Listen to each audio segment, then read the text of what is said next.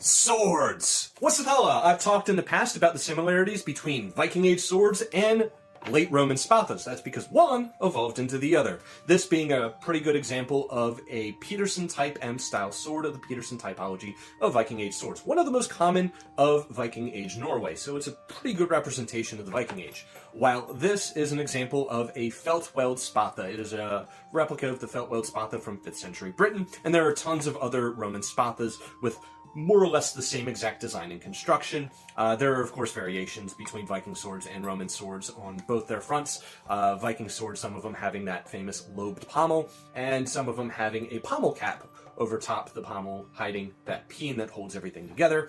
And in Roman examples, sometimes you have a more of a rounded, orbular, or bulbous pommel instead of this flat plane here.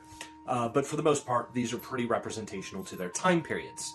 And in terms of construction, you can see that they're constructed very much the same. It is a full tang in which that tang is then peened at the top. And again, Viking swords, some of them have something that hide that peen. But that's about where the similarities end, because if you really dive deep into the construction, you see a lot of subtle differences that really add up over time, indicating that these weapons were used in different manners.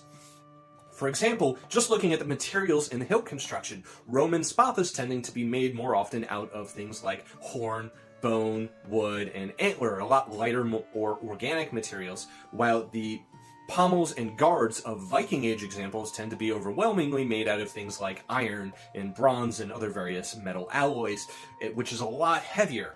And that difference means that the balance of the sword is shifted closer to the hand in Viking Age examples and further out in the blade in Roman examples.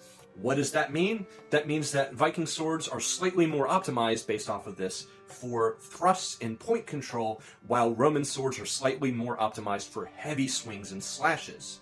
And this is actually backed up by the fact that Vegetius in the 5th century, criticizing the Roman army, says that the Roman military is not using thrusts as much as he thinks they should be, indicating that it was typical Roman fashion in Roman fencing to favor hack and slash over thrusts.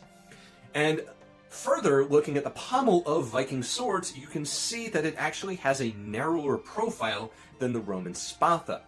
And this is important because it means that you can grip the Roman spatha and the Viking sword in different manners. The Viking sword, you can actually grip the pommel a little better, and in Roman spathas you can't really do that. The spatha kind of forces you to hammer grip, which again is really good for that hack and slash style of fighting, but the pommel allowing you to grip it in Viking examples allows for a pretty good wrist structure when giving thrusts, and that wrist structure is super important because if your wrist is bent too much when you go in for a thrust, you risk breaking your wrist, which is of course really bad. You don't want that in the middle of a fight. In a lot of ways, being able to grip the pommel like that is very similar to almost like a pistol grip in modern sport fencing today for those sudden outward thrusts to give and surprise your opponent with.